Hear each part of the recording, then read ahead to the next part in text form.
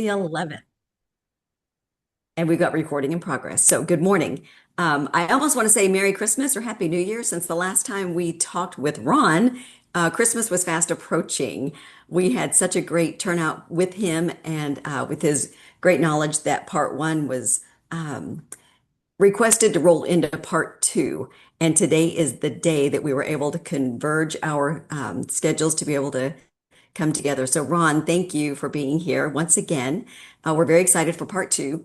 In case you missed us the first time, and in case you don't know Ron, which is hard to imagine, Ron is what we lovingly call the godfather of all acronyms, basically, and all codes that have to do with uh, our industry.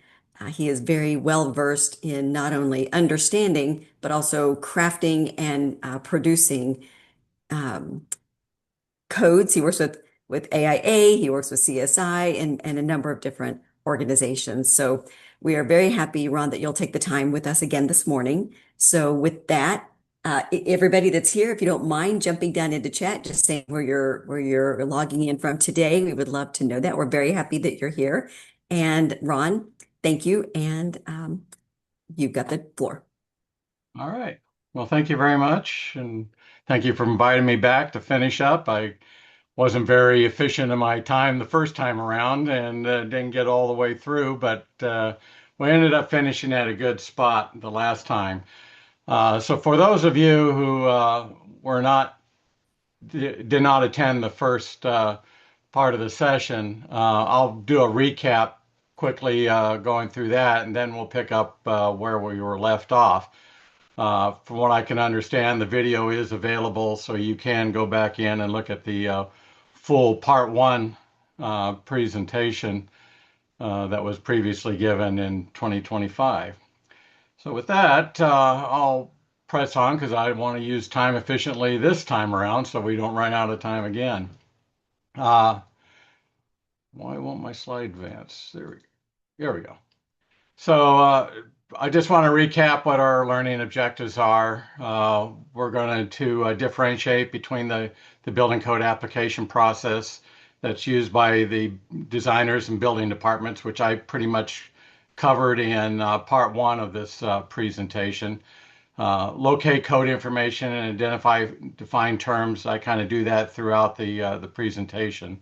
And then explain how code compliance is applied at all phases of design, from schematic design to construction documents. Part one was predominantly, actually was all schematic design, and what we'll do is we'll pick up design development and the construction documents phases in this part. And then utilize a standard step-by-step process for code analysis that can be applicable to any project, and that encompasses the entire presentation. So to kind of go over the step-by-step process, in schematic design, I've identified 13 steps. Probably about the first 8 could be easily addressed in schematic or in preliminary design before there's any pencil to paper. You can do a lot of your code analysis just based on the owner's programming document. Design development is 8 steps, which we'll pick up with to start the day. And then construction documents has a total of 7 steps that closes out the entire process. So to kind of recap the schematic design process steps, the first step was basically determining what the building code was that was adopted by the jurisdiction and where in which the project is located. Gather as much building information as possible about the building, such as height, area, materials, anything like that that you know of immediately. You know where the location is, and so your climate zone, floodplain zone, that kind of information is good to have right at the beginning. Then determine your occupancy group or occupancy groups if you got a mixed occupancy building. Step 4 is then to determine the construction type based on anticipated materials. So based on what you think you're going to be using, is it a concrete building, steel building, wood building, whatever you think you're going to be working with initially as a start, identify that to establish what kind of construction type you're working with. And then you may have to change that depending on some of the other parameters like allowable height and area. Step 5 was to determine how mixed uses will be be used in the building. So most buildings are mixed occupancies. It's very rare that you'll have a single occupancy throughout a building. So how are you going to handle those? Are they going to be separated, non-separated, a combination? Are you going to have some accessory spaces, etc.? Step 6 was to determine special use and occupancy if applicable.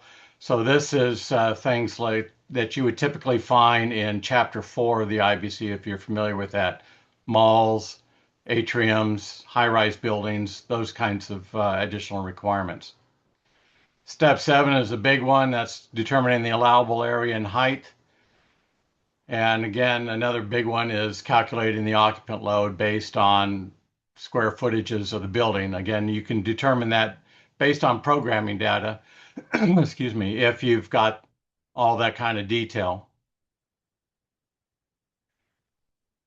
Step 9 was once you determine how many people you have, that'll establish how many exits you're required to have.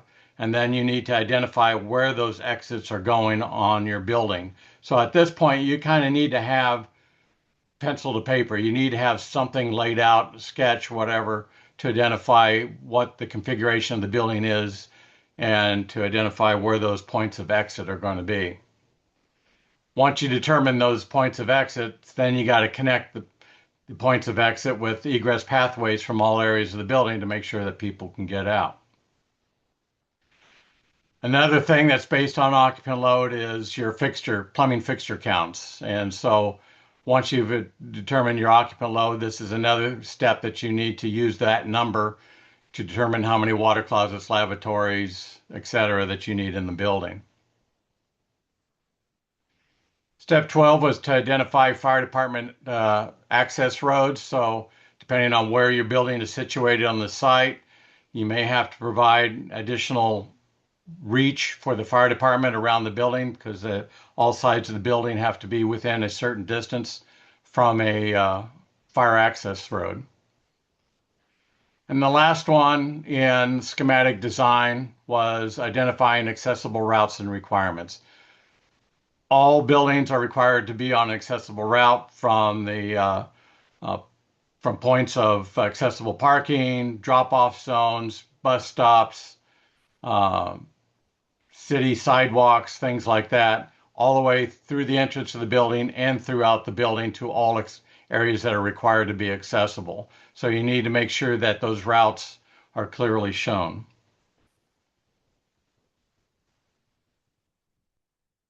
So with that, we'll pick up where we left off and go right into design development.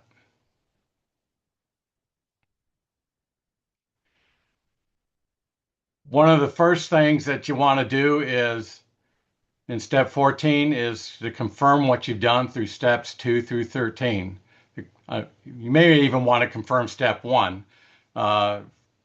Here in Phoenix, in some of the other surrounding cities like Glendale and Peoria, they adopted the 2024 IBC at the beginning of January. So if you started your project back in, say, July of 2025 under the, at that time, the 2018 IBC, and you didn't get your project into the building department prior to the adoption of the new building code, you may have to go back and take a look at your project again based on the new code that was adopted. So you may even want to confirm step 1 if there's a chance that the jurisdiction adopted a new code. But essentially what you're doing at this step is that design development, things change. After schematic design is submitted to the owner, you sit down and you go through and you move things around in the space within the buildings.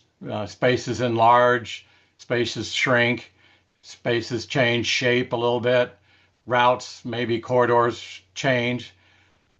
So now you got to relook at everything that you've done in those schematic design steps to make sure that it is current and that you're not working off of old information. So it's basically just going back through and checking and verifying that nothing has changed in those particular areas, and where they have, identify those changes and bring it up to date. Once you go through that, then you can start taking a look at some of the other steps within design development. So in step 15, basically the first one right out of the gate is to start taking a look at where are your fire resistive requirements. And you need to identify those where they're required, either based on occupancy separations, based on if you're doing multiple buildings connected together via firewall, you need to identify where that firewall location is. You need to look at any other requirements that require uh, fire resistive assemblies to separate certain special uses from other areas. And sometimes there are just special requirements that require some kind of fire resistive construction. Uh, Means of egress stairways, corridors, exit passageways, things like that. One thing I want to point out here is that there is a big difference between fire resistive construction and fire resistive assemblies. Fire resistive construction is what is required under the construction type. It'll tell you if your exterior bearing walls need a fire resistance rating, if floor assemblies need a fire resistance rating, roofs, columns, the structural frame itself. That is all considered fire resistive construction. It's intended to keep the building upright during that period of time that is identified. So if it's a 2 hour requirement, then the structure of the building should remain upright for at least 2 hours. A fire resistive assembly is something that is designed to control the spread of fire and the products of combustion from one area of the building to the other area of the building. Usually these are firewalls, fire barriers, and in most cases, fire partitions. There's also smoke barriers, and its little baby cousin, the smoke partition, which isn't a fire rated assembly. It's just there to control the spread of smoke. So all of these assemblies require that any penetrations within them need to be protected. Any openings in those assemblies are required to be protected. Any joints between those assemblies are required to be protected. So what you're trying to do is limit the passage of smoke. If you've got a requirement for a fire resistive construction, a wall that's required to be 2 hour rated, you can have as many doors, penetrations through that wall as you want, because that is not an assembly. It's just there to ensure that the structure stays upright. You're not trying to control the spread of fire from one area to the next. However, if that 2 hour load-bearing wall is required to also be a fire barrier, then it becomes an assembly as well, and you do have to protect all those openings and penetrations in them. Horizontal assemblies are required to be protected regardless, whether it's used as a occupancy separation or as fire resistant construction. All penetrations through horizontal assemblies are required to be protected. And that is to prevent, because fire tends to burn from lower to higher and smoke rises. You want to control all of that to the floor level of origination of that fire. So you don't want the smoke and the products or the fire and the products of that fire, like such as smoke, migrating from floor to floor through openings.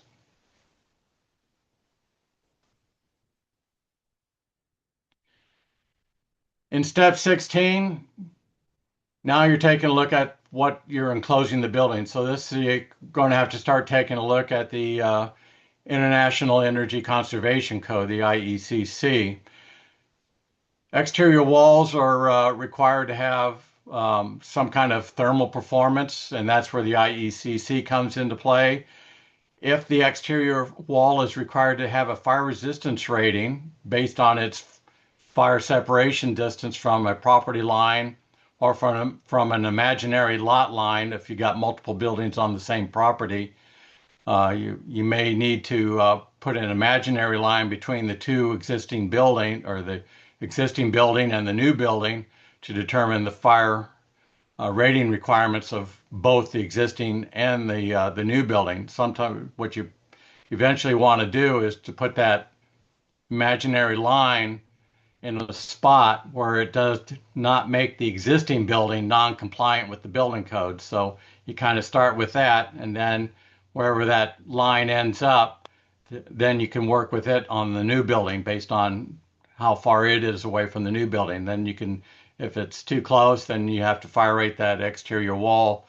If it's far enough away, then you don't have an issue.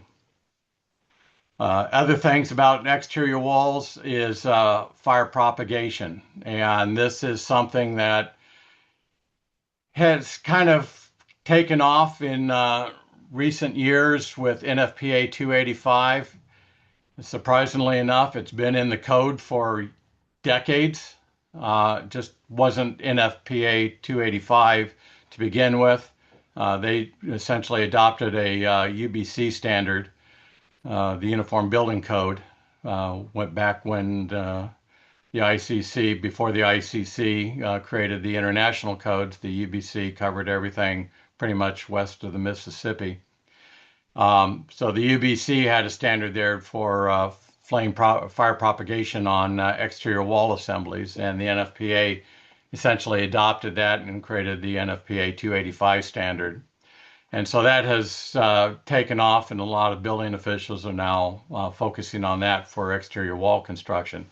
And essentially what you're trying to do there is regulate the spread of fire vertically through the materials that are used on the outside of the building. If you can think back to the Grenfell fire in London, England, that if they had an NFPA 285 standard in England, that probably would have been prevented. And that fire would have been contained to the floor that it originated. Also look at opening protection. So even though your exterior wall may be required to have a fire resistance rating, not necessarily every opening in that exterior wall is required to have a fire resistance rating. That is based also on fire separation distance from that lot line or imaginary lot line that you placed in there. Another thing the building code gets into is air and water management. So air is more or less in the IECC side. Water management is controlled by the building code side of things. And essentially, they just want to make sure that you're energy efficient on controlling the air movement through a wall assembly, and then you don't want to deteriorate building materials through water infiltration into the wall assembly. And then also take a look at your exterior cladding materials. Some of those requirements will contribute to fire propagation, NFPA 285.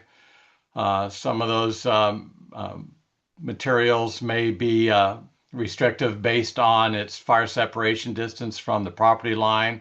And so if your exterior wall is close enough and that it's required to have fire protection for an exposure on both sides of the exterior wall, because it's so close to the property line, then that outside material does play a factor in the fire resistance of that exterior wall. And I just want to point out that one little nuance there. I mentioned that exposure from the exterior and interior. On exterior walls, if the exterior wall is more than 10 feet away from the property line or the imaginary lot line that you're using to determine fire separation distance, only the inside wall or the inside surface of that exterior wall has to be considered for fire resistance or for fire exposure. The outside is any material that's particularly allowed by the building code. Once you get less than 10 feet or 10 feet or less towards that property line or imaginary lot line, now you have to worry about an exterior exposure as well as the interior exposure. And so now you have to look at wall assemblies that have fire resistance from both directions and not just from the interior side. Step 17, just like the exterior walls, we're looking at roof assemblies. And the reason I didn't include roof assemblies with the exterior walls as part of the building envelope is because roof assemblies are a completely different concept than exterior walls, because now you're really trying to control water management in these particular systems. Plus, they have different fire resistive requirements. Essentially, Chapter 15 of the IBC covers everything regarding roof assemblies. It addresses minimum roof slopes for different types of materials. It gets into has requirements for specific type of roofing materials, from shingles to shakes to roll roofing to liquid membrane roofing, you name it, and foam roofing.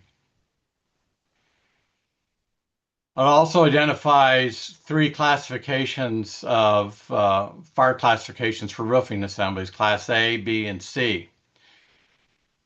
If you look closely at the IBC, you'll realize that the building code never requires a Class A roofing assembly. The highest it's required is a Class B.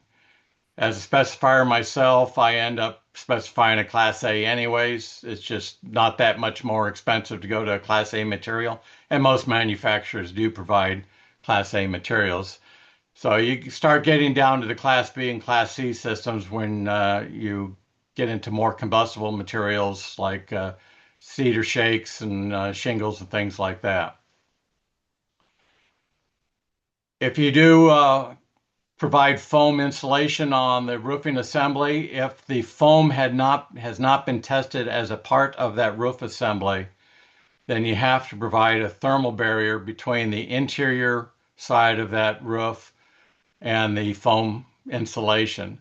And it's usually the minimum requirement is 15-minute barrier, which is accomplished with a half-inch gypsum-based sheathing material. And most roof assemblies do take into consideration foam roofing or foam insulation as a part of the roofing assembly, so it's not difficult to find a roof assembly without it. However, if the roof assembly does call for a thermal barrier as a part of the assembly, then you do have to provide that thermal barrier.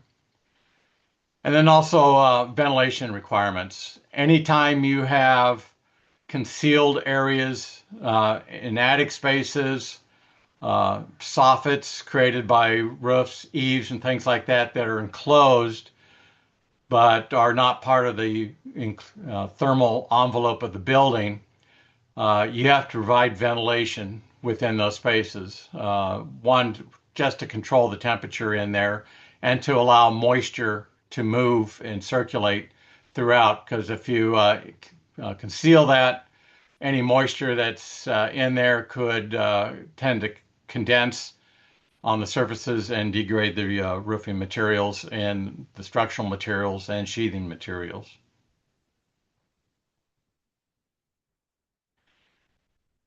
Step 18 addresses your interior finishes. This is all covered in Chapter 8 of the IBC.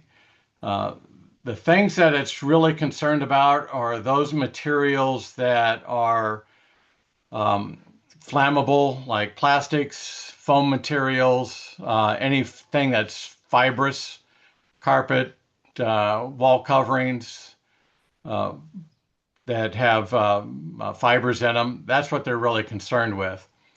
So there are basically three requirements for wall and ceiling finishes. I'll talk about floors here in a minute. With walls and ceilings, they basically have three options you can take a look at. One is, does it comply with ASTM E84 for flame spread and smoke developed? and there's certain requirements if it's a Class A, B, or C type finish.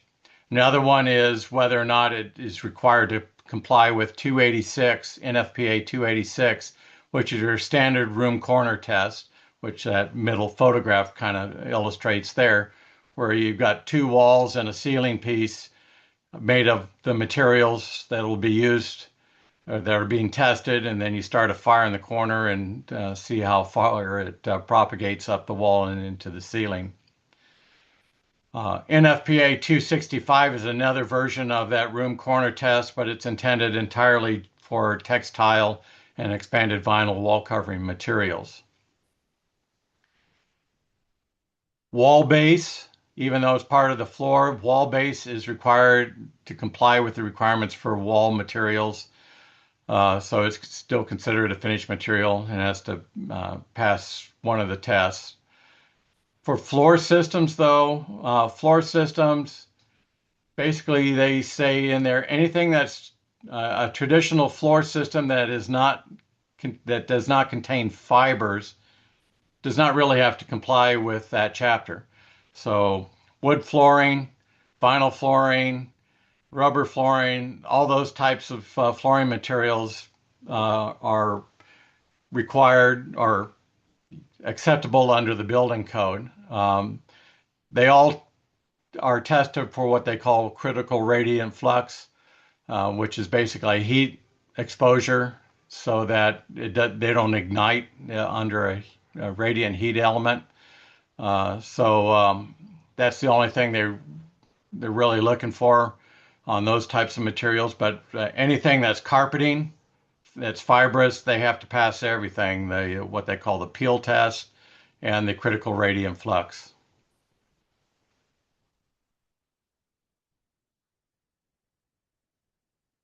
Step 19, you've already established all your egress pathways, your rooms are all established. Now you're starting to, or if you haven't already, located interior walls and doors that identify pathways out of individual spaces into the means of egress system to the exits. And all these pathways, including the door openings, all have to have certain minimum width requirements based on the occupant load that they are serving. So it doesn't have to be based on the total occupant load of that particular floor. Stairs will have a tendency to do that, but corridors and things like that is whatever the occupant load is actually using that particular portion of the means of egress system. But first I want to talk about doors because this is where a lot of people get confused. Doors are required to have a 32-inch minimum clear width. And that excuse me, I forgot to change the slide. So that minimum clear width is actually measured between the stop on the latch side and the face of the door when the door is open in a 90-degree position. So for that minimum 32-inch clear width, the code requires that you provide a width of 0.2 inches per occupant, so that minimum width can handle up to 160 occupants. So if you have more than 160 occupants going through that door, your door is going to have to get wider. You can reduce that down to 0.15 inch per occupant, which can handle up to 213 occupants, which is a lot more than obviously than 160. However, your building's going to have to be sprinklered, and you must provide what they call an EVAX, or an emergency voice alarm communication system. So most doors that people are familiar with are the 36-inch 7.0 door. A 36-inch width door in a standard hollow metal door frame will have about 33 inches clear because you got to take off the 1 3/4 inch thickness of the door itself, the depth of the or the width of the door stop on the latch side, plus that hinge is the door is not tight to that frame on the hinge side, so it's that hinge sets out a little bit So that width is actually about 33 inches. So a typical 36-inch door provides about 33 inches of minimum clear width. So at zero point 0.2 inches per occupant, you can get up to 165. And then with the sprinkler and an evac system, you can drop that down to that 0.15 and you get up to 220 occupants. Any number of occupants over that, you're going to have to either increase the door width, or you're going to have to add additional doors. And a door width for egress purposes cannot exceed 48 inches. For other parts of the means of egress system, I'm going to start small and get a little bit larger here. So first are aisles and aisle access ways. I introduced this graphic in part one, where we have the means of egress, the exit discharge, and the public way, which is the entire egress pathway system. So aisles and aisle access ways are typically found in your assembly occupancies.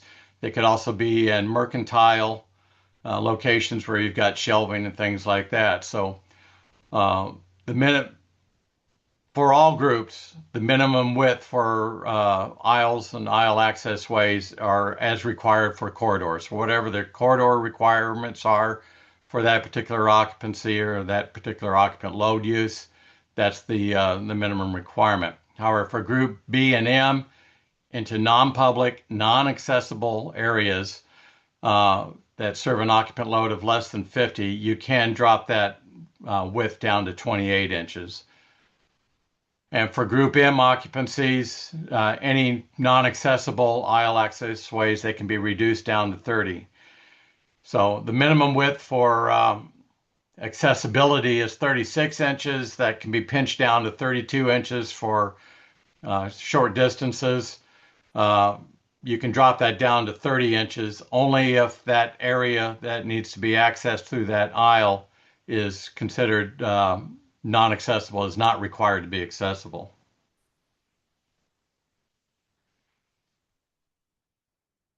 For corridors, exit access stairways, egress balconies, interior exit stairways, exit passageways, and exterior exit stairways, the minimum width is 44 inches.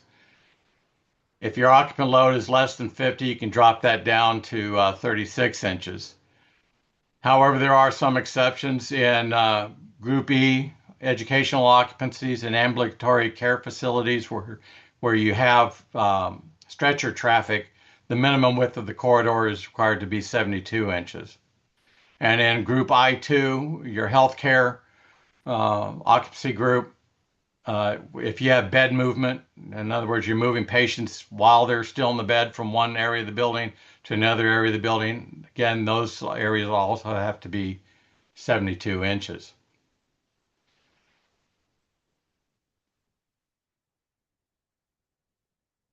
For ramps, the requirement is 36 inches minimum between handrails. With stairways, I want to back up here, the minimum distance is not between handrails. A handrail can project up to 4.5 inches into the required width of stairways.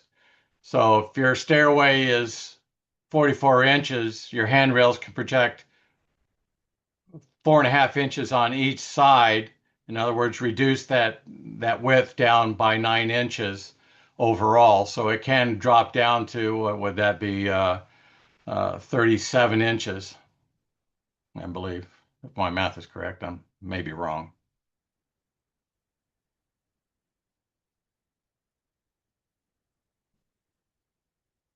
Step 20 is now checking your accessibility requirements. So now you're starting to look for clearances and floor spaces. Do you have enough room around the doorways? Do you have enough clearance underneath areas that wheelchair users for knee and toe clearances for cabinets, tables, countertops, things like that? One thing to point out is that doorways, you need to look at it from both sides of the door, not just one side, and from all directions. If it's predominantly one direction only, then you can use that one direction only. In other words, if the door is at the end of a hallway and they can't come from the sides, then you look at it from a forward approach only. Take a look at toilet compartment dimensions. Um, and and that only requires the building code or the building code only requires at least one each toilet facility is required to be accessible. If you have a string of single user toilet rooms that are uh, um, non-gender related, at least 50% of those are required to be accessible, and the other 50% are not required to be accessible. That's only if they're all located within one location. If you've got single user restrooms located throughout the building, they're not um, co-located together. If they're spread out through the building, then each one of those are required to be accessible. And especially with the 2021 IBC and later, if you have not noticed, they jumped from the 2009 ANSI standard to the 2017 ANSI standard. A lot of things have changed in there dimensionally. Turning radiuses have all enlarged, and certain other dimensions have increased for door clearances and wheelchair spaces and things like that. All of those have increased. Fortunately, if you're dealing with an existing building, they do have the dimensions for existing buildings, which are based on the old standards. So you're saved there. You don't have to incorporate the new stuff in an existing building. So this is something to keep in mind. If you're required to comply with the ADA and your building code is the 2021 or 2024 edition, and they did not modify the ANSI standard, you're going to have to start now looking at both of the standards to make sure you're compliant, because the ANSI standard is probably going to be more restrictive than the ADA now.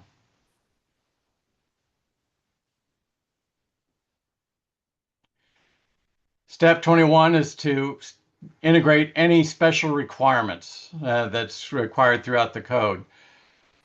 First one is floor and wall sound transmission for residential occupancies. You're required to have at least a 50 STC or a 50 IIC for floor assemblies.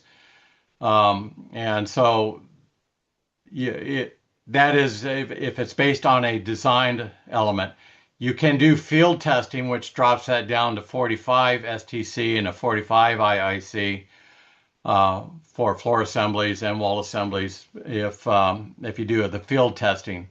But it's usually a little bit easier to do it based off of tested assemblies.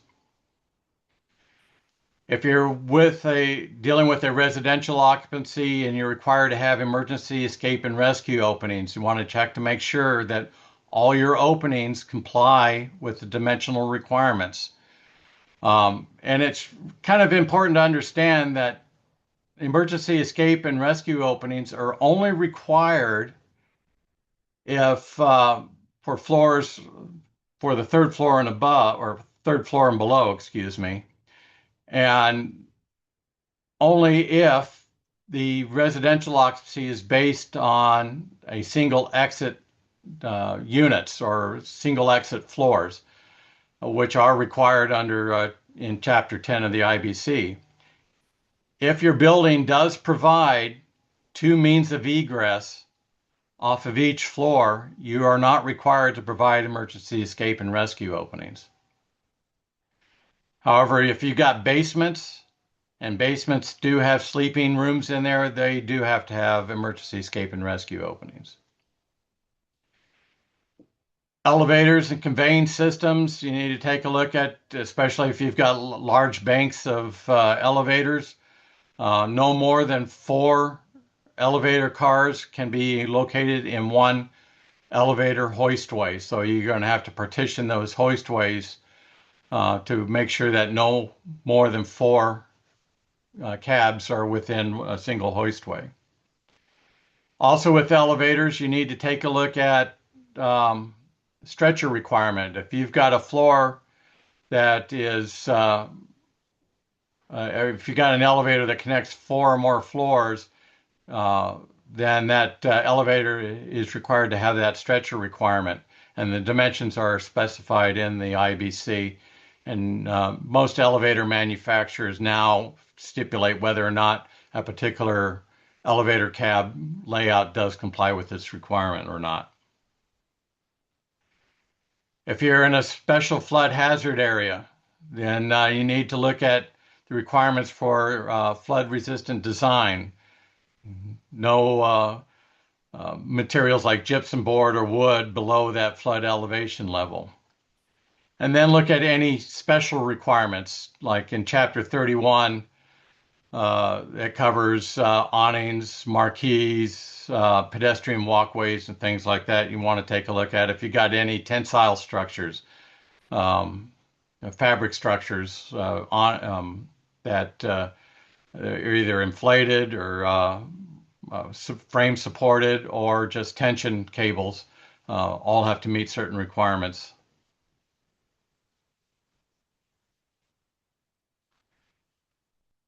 So that's it for design development.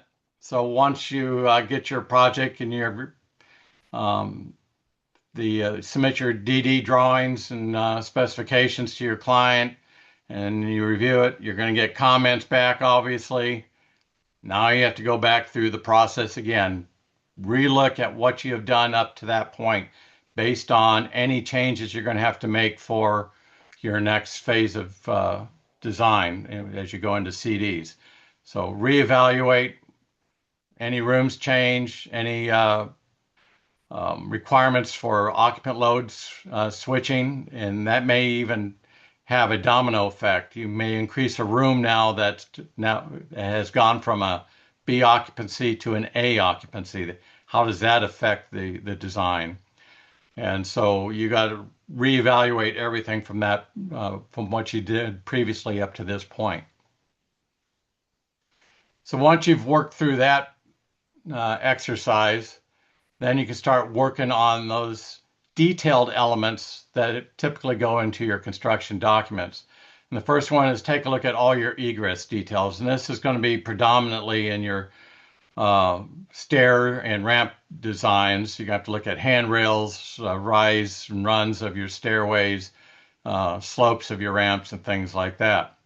But you also got to take a look at your door swings. If a door serves an occupant load greater than 49, the door must swing in the direction of egress travel.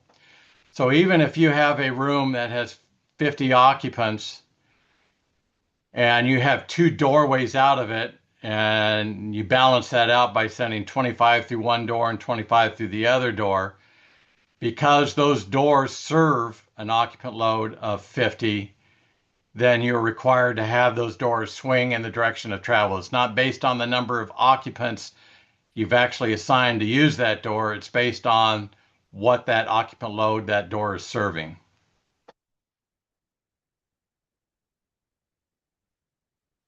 And this is one, step 24, identifying locations of safety glazing. This is a step that I see some architects kind of avoid and tend to push off onto the contractor to decide what is required to be safety glazed or not. I can almost guarantee you that you'll probably get a plan review comment back saying to identify safety glazing on the drawings. Then you have to come back and go through this exercise. So you might as well do it to start with.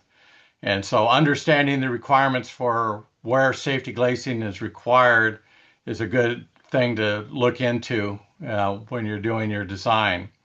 So these identify a couple of the illustrations. Usually anything within 24 inches of a doorway is required to be safety glazed. And of course, any glazing in a doorway is required to be safety glazed. If you've got glazing on that drops below 18 inches above the floor up to a height, I can't remember now how far it goes now. But if you're basically got full glass height of glazing, that all of that glass is going to have to be safety glazed, or you put a guardrail in front of the glass to prevent somebody from slamming into the glass.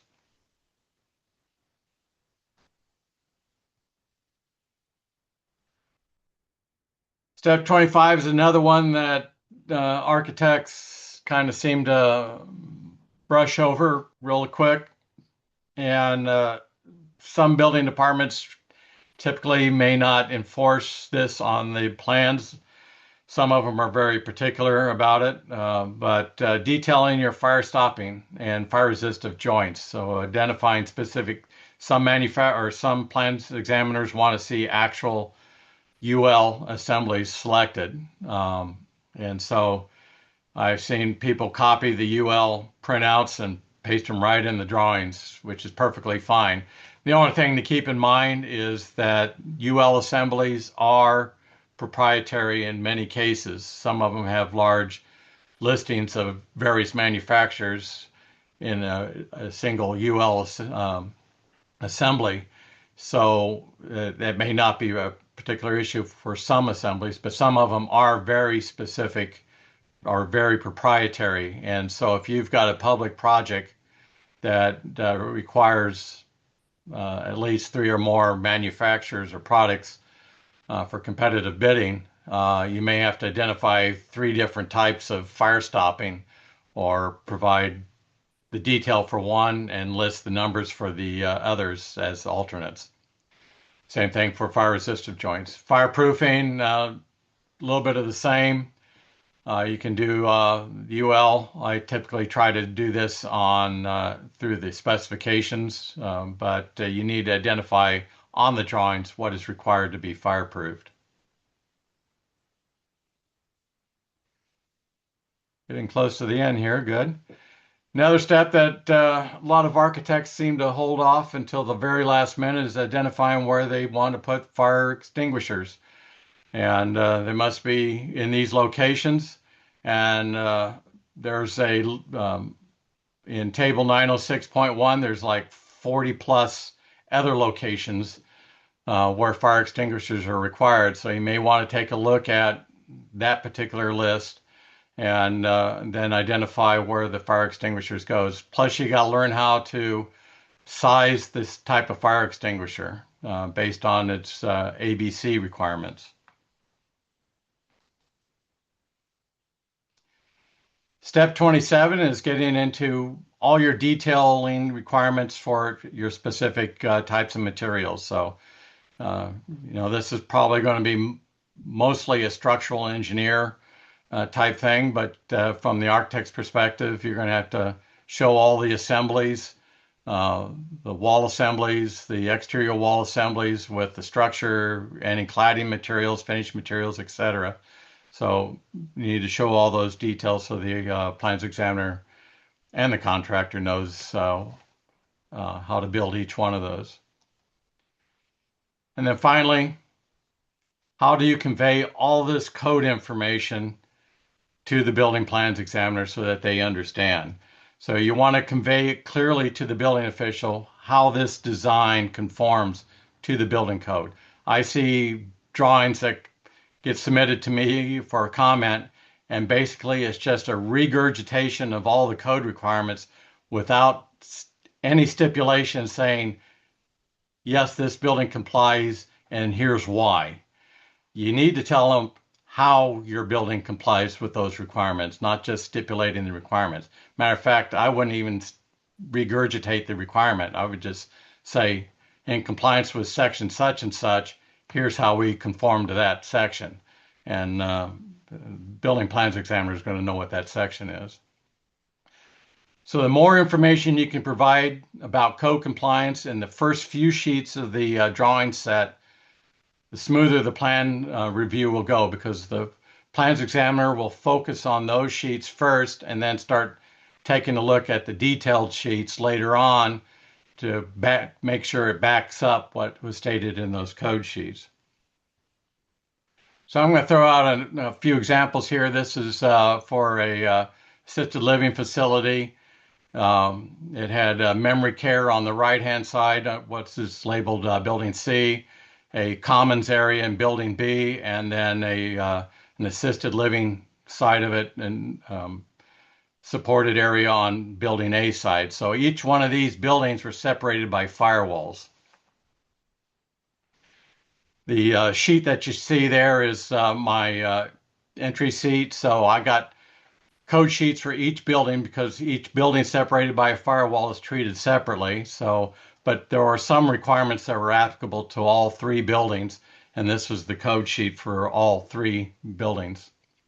So here's a detail of the breakdown of all the fire resistive assemblies. I've identified what the member numbers. So the architect identified this is a wall 1, W1. I identified what the assembly was, what the hourly rating was, and actually where they can go in the drawing set to take a look at that particular detail. So there's a drawing sheet number, and they can go right to that and say, yep, okay, that complies. And so they don't have to thumb through a whole set of drawings trying to find a particular detail to support it. Here's a drawing sheet for just Building A. And here's the detailed breakdown for the allowable area. And I go through all the calculations and identify all the occupancy groups and how I'm adjusting or modifying this based on area increases, and how I go through and determine, let's say, sprinkler increase. This is back before the new tables. So yeah, this is a rather detailed analysis.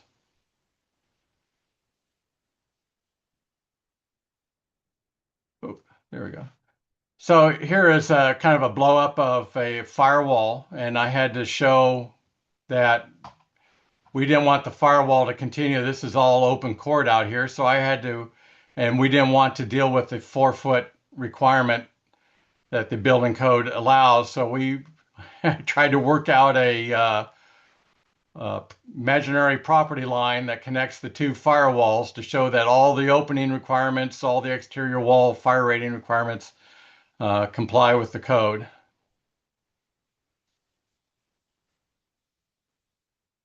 Here's a project I did, detailed analysis on egress, occupant loads.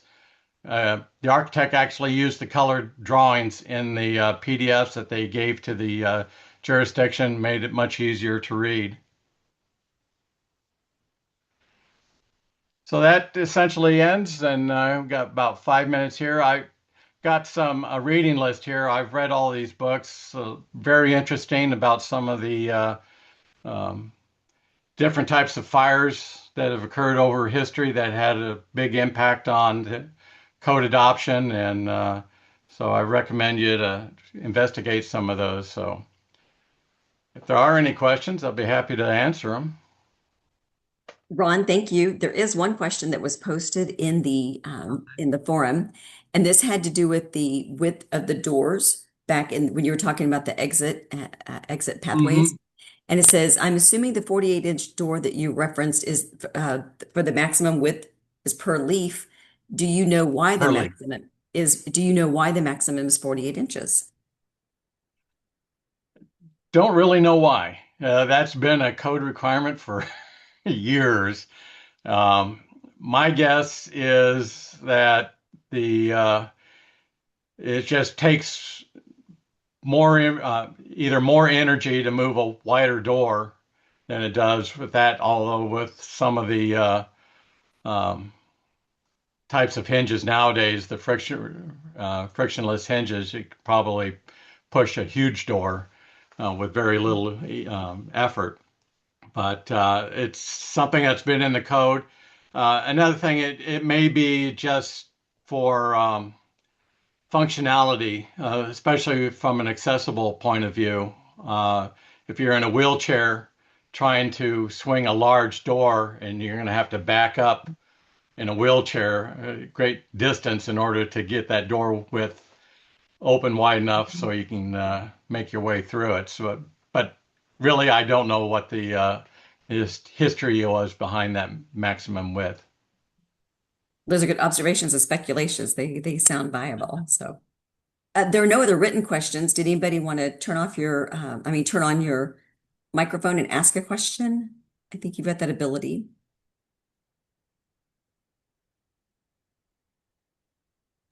We may have to unmute them, You may Stacy. have to unmute. Well, let me know if you want to be unmuted. I don't see Yeah. anybody raising a hand or I think asking. if they they should be able to raise their hand with the React.